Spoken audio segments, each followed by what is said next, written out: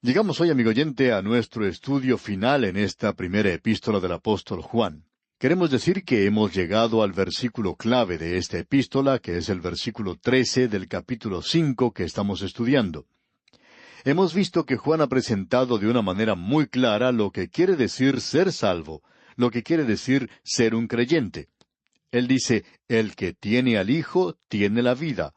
El que no tiene al Hijo de Dios no tiene la vida. Es decir, que es aquel que Él ha presentado aquí, aquel que vino por agua y sangre, aquel que es Hijo de Dios, que nació de una virgen, Dios manifestado en la carne, quien murió en la cruz por nuestros pecados y resucitó de entre los muertos. Ese es el Evangelio y no hay ninguna otra cosa que pueda ser el Evangelio. En este versículo 13 entonces del capítulo 5 de su primera epístola nos dice Juan, estas cosas os he escrito a vosotros que creéis en el nombre del Hijo de Dios, para que sepáis que tenéis vida eterna, y para que creáis en el nombre del Hijo de Dios. Ahora aquí podemos apreciar un propósito doble, para que creáis en el nombre del Hijo de Dios. Eso es salvación. Y para que sepáis que tenéis vida eterna. Si usted tiene a Cristo, tiene vida eterna, si usted cree en Él. Y hay muchas personas que dicen, yo quiero creer que tengo vida eterna. Pero la pregunta es, ¿en quién cree? No qué es lo que cree. ¿Cree usted en Dios? ¿Cree usted en el testimonio que Él ha dado? Él dice, el que tiene al Hijo, tiene la vida. ¿Cree usted eso, amigo oyente? Él no dijo, si le parece bien, o si usted se ha unido a algo, sino que dice, si usted cree en el Señor Jesucristo como Salvador y le ama. Y él dice, esa es la razón por la cual he escrito esta epístola, para que sepáis que tenéis vida eterna. Él lo presenta de una manera muy clara. Él habla de este propósito en su Evangelio. Él dijo, hizo además Jesús muchas otras señales, las cuales no están escritas en este libro, es decir, en el Evangelio de Juan, pero éstas están escritas. Él no lo escribió todo, sino algunas cosas. Y dice, pero éstas se han escrito para que creáis que Jesús es el Cristo, el Hijo de Dios, y para que creyendo tengáis vida en su nombre. Y ahora Juan escribe en su epístola, el que tiene al Hijo tiene la vida. Él quiere que usted sepa eso. Y usted honra a Dios cuando lo sabe. Esto sencillamente quiere decir que usted no está haciendo a Dios mentiroso, sino que usted está confiando en Él. No se trata de cuánta fe tiene usted o cómo se siente usted en cuanto a esto, sino si usted ha confiado en Cristo. Eso es de suma importancia. Ahora esto hace algo para nuestra vida cristiana. El versículo 14 dice, y esta es la confianza que tenemos en Él, que si pedimos alguna cosa conforme a su voluntad, Él nos oye. Esto nos da confianza en la oración. Y amigo oyente, necesitamos tener confianza en la oración. Y tiene que ser hecho conforme a su voluntad, a la voluntad de Dios. Si usted y yo estamos en comunión con Dios, andando con Él, entonces nuestra oración, por supuesto, será según ese curso. Será para tener la voluntad de Dios en nuestras vidas. George Muller lo expresó de la siguiente manera. La oración no es vencer la voluntad de Dios, sino que es asirnos de su buena voluntad. Y eso es lo importante, amigo oyente. No tratar de hacer que Dios haga algo que no desea hacer, sino que la oración es cuando usted y yo estamos pensando los pensamientos de Él, sus propios pensamientos. Eso es lo que nos da confianza cuando nos acercamos a Dios en oración. Y entonces Juan dice aquí en este versículo 14, y esta es la confianza que tenemos en Él, que si pedimos alguna cosa conforme a su voluntad, Él nos oye. Y usted puede estar seguro de una cosa, que Él no solo escucha, sino que contesta. Dios escucha las oraciones de sus hijos, aunque Él no siempre las contesta como sus hijos esperan que Él las conteste. Y lo que quiere decir aquí es que tenemos confianza que Él contestará según la forma con que hemos orado, porque estamos en su voluntad. Y el versículo 15 dice, y si sabemos que Él nos oye en cualquiera cosa que pidamos, sabemos que tenemos las peticiones que le hayamos hecho. Ahora es maravilloso llegar a este punto, de saber que usted y yo tenemos un Padre Celestial. Tenemos comunión con Él y no vamos a orar de manera egoísta, o si tenemos pecado en nuestra vida, o si hay algunas otras cosas que puedan ser obstáculo a nuestra oración. cuando estamos andando en comunión con Él, podemos estar seguros de una cosa, que si nosotros le hemos estado siguiendo, sabemos que tenemos las peticiones que le hayamos hecho. Él escuchará y responderá a nuestra oración. Llegamos ahora a una declaración que es muy importante para nosotros entenderla bien. Pensamos que esto puede aclarar muchos malos entendidos y también entra a la misma área de la cual hemos estado hablando, que tenemos seguridad de nuestra salvación, que tenemos confianza. Y esa palabra confianza creemos que probablemente deberíamos haberla destacado antes, ya que en realidad significa valor, osadía. En otras palabras, el Hijo de Dios puede tener valor, confianza en la oración. No es alguien que se acerca con desconfianza o con temor, sino que se acerca valientemente para pedir que la voluntad de Dios se haga una realidad. Llegamos ahora a un versículo que ha sido muy mal entendido, por cierto. Nos referimos al versículo 16 de este capítulo 5 de la primera epístola del apóstol Juan, donde leemos: Si alguno viere a su hermano cometer pecado que no sea de muerte, pedirá, y Dios le dará vida. Esto es para los que cometen pecado que no sea de muerte. Hay pecado de muerte, por el cual yo no digo que se pida. Esto se refiere aquí a la muerte física. No tiene ninguna referencia a la muerte espiritual. El Hijo de Dios tiene vida eterna. Y estamos hablando aquí entonces en cuanto a la muerte física. Es decir que eso es lo que Juan está diciendo. Los creyentes pueden cometer un pecado por el cual el Padre Celestial los va a llamar a su hogar. Es decir, les quitará esa vida física porque están haciendo algo vergonzoso para Él. Observemos a algunos que han cometido ese pecado, el pecado de muerte. En el Antiguo Testamento tenemos que Moisés y Aarón cometieron un pecado de muerte. Usted recordará que Moisés se enojó cuando los hijos de Israel pedían con mucho afán agua, y entonces él golpeó la roca 2 veces. Alguien dijo que él tendría que haberla golpeado solamente una vez. Pero la verdad es que él ni siquiera debería haber tocado esa roca. Ya había sido golpeada antes, y él debió haber confiado en eso. Y eso era un ejemplo de un tipo de Cristo, porque el apóstol Pablo dijo, y la roca espiritual que les seguía era Cristo. Y él solo murió una vez. Ahora, en cierto sentido, Moisés arruinó ese tipo haciendo lo que hizo. Y Dios dijo a Moisés y a Aarón, por cuanto no creísteis en mí para santificarme delante de los hijos de Israel, por tanto, no meteréis esta congregación en la tierra que les he dado. Eso lo podemos leer allá en el libro de Números, capítulo 20, versículo 12. Debemos recalcar que hubo una restauración para Moisés. Él podía continuar guiando a su pueblo, pero él comenzó a pedirle a Dios que le perdonara y que le permitiera entrar a la tierra prometida.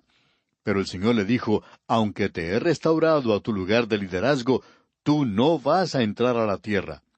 Y cuando Moisés continuó hablando de esto ante el Señor le dijo a él, basta, no me hables más de este asunto. Es decir que Moisés y Aarón habían cometido un pecado de muerte, y era una muerte física a la que ellos habían sido condenados. Ahora tenemos aún otro ejemplo, esta vez en el Nuevo Testamento, y nos referimos a Ananías y Zafira. Ellos formaban parte de la iglesia primitiva, y se les encontró culpables de mentira. Ahora uno quizá diga, pero ellos se arrepintieron, ¿verdad? Sí, después que se demostró que eran culpables. Ellos no se arrepintieron por lo que habían hecho, sino que se arrepintieron porque fueron atrapados. Ellos estaban dando una falsa impresión a esa iglesia primitiva. Estaban dispuestos a vivir una mentira. Y Dios los quitó a causa de eso, los sacó de esa escena terrenal. Tenemos también otro incidente como este. Se menciona en la primera epístola a los Corintios. Había personas que estaban bebiendo demasiado de la cena del Señor y no estaban comprendiendo el significado de todo esto. Y es por eso que el apóstol Pablo podía escribirles y decirles, por lo cual hay muchos enfermos y debilitados entre vosotros, y muchos duermen. Muchos duermen quiere decir que estaban muertos. Lo que él está diciendo aquí es que ellos estaban cometiendo un pecado de muerte. Ahora quizá alguien pregunte, ¿y cuál es ese pecado de muerte? Bueno, para comenzar debemos decir que no es un pecado imperdonable. Es nada más que la muerte física. No es una muerte espiritual. Si las personas no hubieran sido hijos de Dios, entonces Él nunca los hubiera llevado al hogar celestial. El Señor no castiga a los hijos del diablo, solo castiga y disciplina a los suyos propios, y lo hace cuando sus hijos pecan de muerte. Ahora alguien quizá diga, bueno, ¿y cuál es entonces? ¿Cuál es específicamente ese pecado? Bueno, para Moisés y Aarón era una cosa. Ellos se enojaron, destruyeron en realidad un tipo de Cristo, del Señor Jesús. Y Ananías y Zafira estaban viviendo como hipócritas. Eso lo encontramos en la ciudad de Corinto. Allí había creyentes que se estaban emborrachando y haciendo cosas desordenadas en la mesa del Señor. Y algunos de ellos murieron. Habían cometido un pecado de muerte. Así es que no es solamente una cosa específica, y pensamos que para usted es una cosa diferente de lo que sería para mí, por ejemplo. Pensamos que cada creyente es capaz de cometer un pecado de muerte, cualquiera sea para ellos. Usted puede ir y cometer un pecado, y Dios le quitará a usted de esa escena. Ahora eso no quiere decir que cada creyente que ha muerto ha cometido un pecado y por eso murió, pero hay mucha posibilidad de cometerlo. Creemos que Absalón, por ejemplo, cometió un pecado, y pensamos que Absalón era realmente un hijo de Dios, pero él encabezó una rebelión contra su propio padre. Hemos observado por el período de muchos años que hay personas que causan disturbios en las iglesias. Hemos observado cómo Dios trata con ellos. Amigo oyente, no solo hemos visto que han sido quitados por la muerte, sino que también los hemos visto puestos de lado, hechos a un lado, de manera tal que ya no pueden servir a Dios. Creemos que es posible cometer un pecado de muerte, y eso no es muerte espiritual, repetimos. Es sencillamente llevar a ese Hijo de Dios que ha cometido ese pecado a su hogar celestial. Ahora permítanos ilustrar esto. Aquí tenemos a una madre que tiene un hijo pequeño, y este jovencito es un muchachito muy bueno. En la casa de al lado vive un muchachito que es muy mal educado y es de la misma edad. Ellos dos juegan en el patio. Cierto día, la madre que trabajaba en la cocina escucha que ese muchacho maleducado está gritando a más no poder. Sale entonces a la puerta y mira, y allí puede ver a su hijo, a ese niñito tan bueno, encaramado encima del otro muchacho maleducado, dándole una tremenda paliza. Ella entonces dice, Juanito, tienes que venir a casa ahora, porque no te estás portando bien con tu vecino. Y él le dice, sí, mamá. Y luego dice, me portaré mejor. Entonces ella le dice, muy bien, pero si no te portas bien, te voy a traer dentro de casa. Ella regresa, pasa una hora, y luego vuelve a escuchar el llanto del muchachito de al lado. Sale otra vez y se encuentra con la misma escena anterior. Su hijito tan bueno está castigando al chico de al lado, dándole una terrible paliza. Entonces ella dice, Juanito, ven a casa. Y éste contesta, yo no quiero ir a casa. Ella dice, te dije que si hacías eso otra vez, tendrías que venir a casa. Entonces él dice, pues yo no quiero ir a casa, y no se quiere mover. ¿Qué es lo que la madre hace entonces? Sale, toma a ese muchacho de la mano, a ese muchachito tan bueno que está gritando a más no poder, y ella lo lleva dentro de casa. Tiene que ir allá. Ahora él aún es su hijo. Quizá ya no sea el angelito de antes, pero aún es su propio hijo. Eso nunca cambió. Pero este muchacho ya no puede jugar afuera. Pues bien, vemos que un hijo de Dios puede salir y hacer algo vergonzoso, y entonces tiene que regresar a su hogar. El Señor lo pondrá a un lado o lo llevará al hogar por medio de la muerte. A Dios no le preocupa hacer eso. Ahora aquí en el versículo 17 leemos, Toda injusticia es pecado, pero hay pecado no de muerte. Permítanos decir esto de una manera diferente. Todo pecado no es injusticia. Pensamos que hay muchos de nosotros que estamos vivos en el presente, que hemos pecado, pero no hemos cometido un pecado de muerte. Hicimos algo que estaba mal. Era algo incorrecto, algo injusto. Pero Él no nos llevó al hogar celestial. Y si Él estuviera haciendo eso, yo hubiera sido llevado al hogar celestial hace mucho tiempo.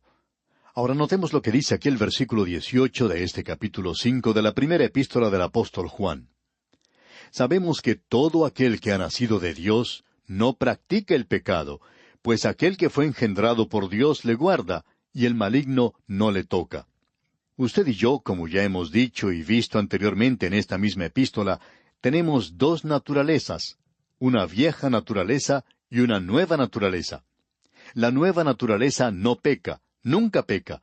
Esa naturaleza tiene un deseo para Dios y las cosas de Dios. La vieja naturaleza, en cambio, sí va a pecar y lo hace porque es así. Amigo oyente, Este es otro versículo que nos hace creer que un hijo de Dios nunca, jamás puede ser poseído por los demonios. Creemos que puede ser oprimido por los demonios. Creemos que los creyentes pueden llegar a ese lugar, pero nunca llegar a ser poseídos por los demonios.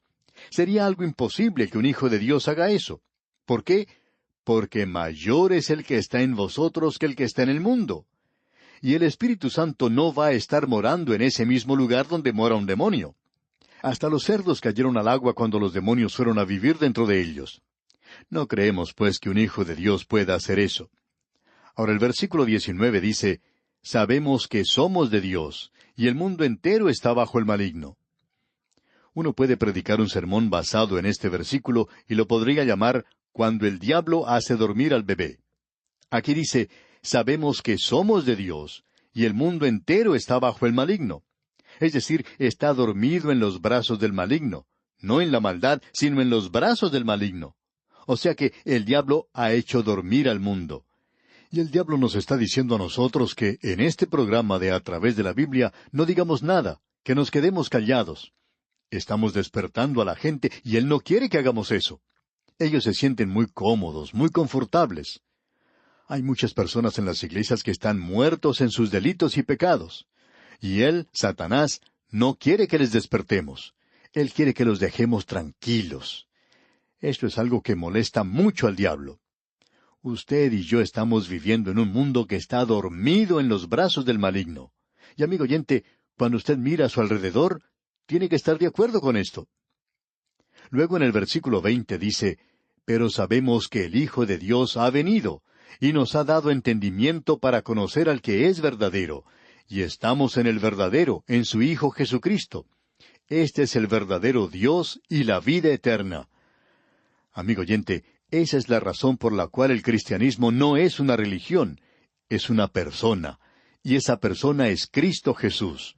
Si usted viene a Él, entonces tiene la salvación. Y luego el apóstol Juan concluye diciendo aquí en el versículo 21 de este capítulo 5 de su primera epístola, «Hijitos, guardaos de los ídolos». Amén. Debemos guardarnos de las cosas de este mundo que llaman nuestra atención, que nos atraen. La codicia es idolatría, y hay otras cosas que son idolatría también.